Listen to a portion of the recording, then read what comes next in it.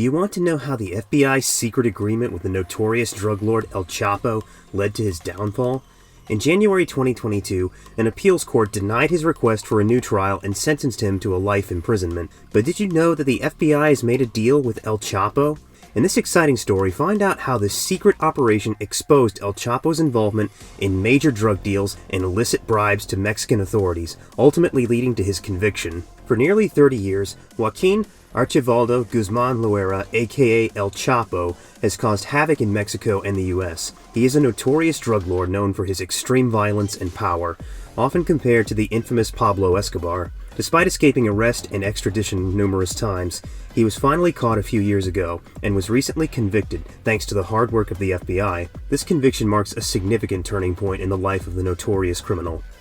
A recent development occurred when a U.S. appeals court upheld the conviction of Joaquin El Chapo Guzman in January 2022, denying his request for a new trial and sentencing him to life imprisonment. However, there is a surprising twist. The FBI and El Chapo have secretly made a new agreement.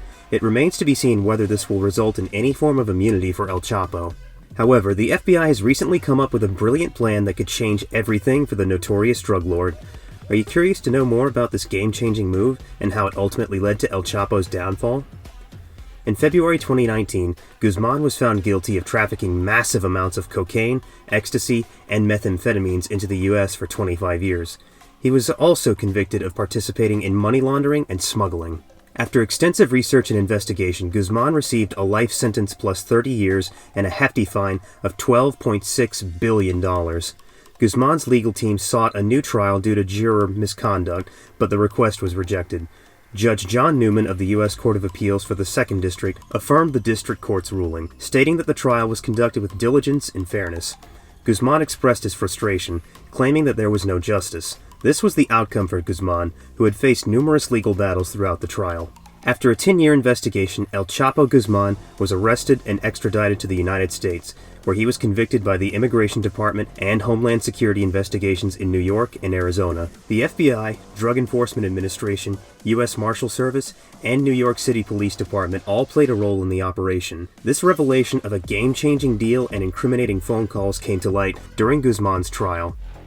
The brave efforts of IT expert Christian Rodriguez, who worked with American authorities, ultimately led to the infamous drug lord's imprisonment and conviction. Rodriguez bravely risked his life in 2011 by providing the FBI with his encryption keys.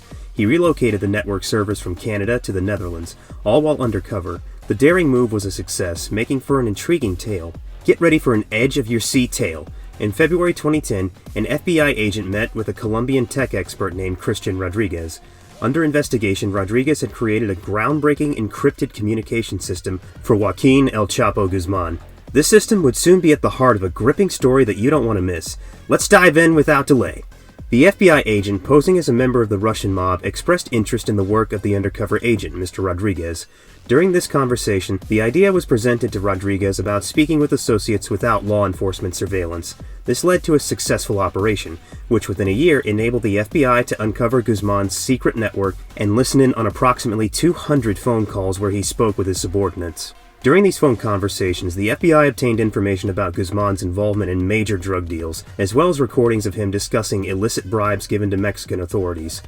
Christian's exceptional efforts not only uncovered the most condemning evidence against Guzman presented in his drug trial, but also exposed some of the most extensive wiretapping of a criminal defendant since the clandestine recordings of mafia leader John Gotti. During the early stages of the trial, which commenced in November at the Federal District Court in Brooklyn, the prosecution provided customary proof such as surveillance pictures, drug transaction records, and statements from El Chapo's previous subordinates, providers, and dealers. Nonetheless, it was the first instance in which the prosecution disclosed the usage of undercover tactical surveillance to infiltrate the cartel's internal communications. Guzman's freedom was ultimately compromised by the calls he made. In April 2011, he was overheard advising one of his sicarios, Gastelum Cruz, to avoid unnecessary conflicts with the Mexican police. Guzman cautioned, "Don't go after cops. They are the ones who can assist us."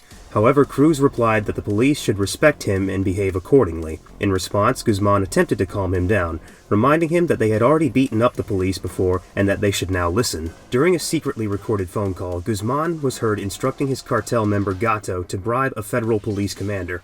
Guzman asked if the commander was receiving monthly payments, to which Gatto confirmed he was. Shockingly, Guzman spoke directly to the commander when Gatto handed him the phone, identifying Gatto as being from the company and urging the commander to take care of him. Guzman even offered further assistance, to which the commander replied that he had a friend in Guzman. Little did they know that this friendship would come back to haunt them years later when the jury heard all the incriminating phone calls. Earlier this year, prosecutors presented a recording in court in which Guzman was negotiating a 6-ton cocaine deal with a representative of a left-wing Colombian guerrilla group. The recording revealed El Chapo haggling over prices and even requesting a technician to ensure quality before sending an initial payment of $50,000. The FBI's case against Guzman was strengthened by the testimony of one of his Colombian suppliers, Jorge Cifuentes, who introduced the kingpin to an IT expert named Christian Rodriguez. Rodriguez had promised to create a secure communication channel for the cartel network using voice-over Internet Protocol technology, which could only be accessed by members of the network. This allowed El Chapo to use Wi-Fi from his hideouts in the Sierra Madre Mountains. However, the FBI intercepted over 1,500 calls made by Guzman using this technology, with the help of officials from the Netherlands, between April 2011 and January 2012, sealing Guzman's fate. To ensure the validity of the calls, Guzman's high-pitched nasal voice was compared to his other recordings, including a video interview with Rolling Stone in October 2015. However, the operation had negative consequences. Christian Rodriguez, who worked undercover for almost 2 years, suffered from a nervous breakdown in 2013 due to the constant stress. His search for the FBI witness caused suspicion within the cartel, and he was at risk of retaliation for cooperating with American federal agents. Despite the successful capture of El Chapo, the toll on Rodriguez's mental health was significant. Thanks for joining us on this thrilling journey through the downfall of one of the most notorious drug lords in history.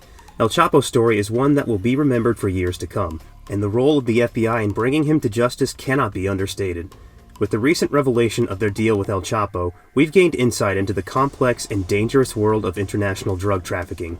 And that's all for today. We hope you found this story as fascinating and eye-opening as we did. Thanks for watching. Subscribe for more informative videos here at Criminal Records, and we'll see you in the next video.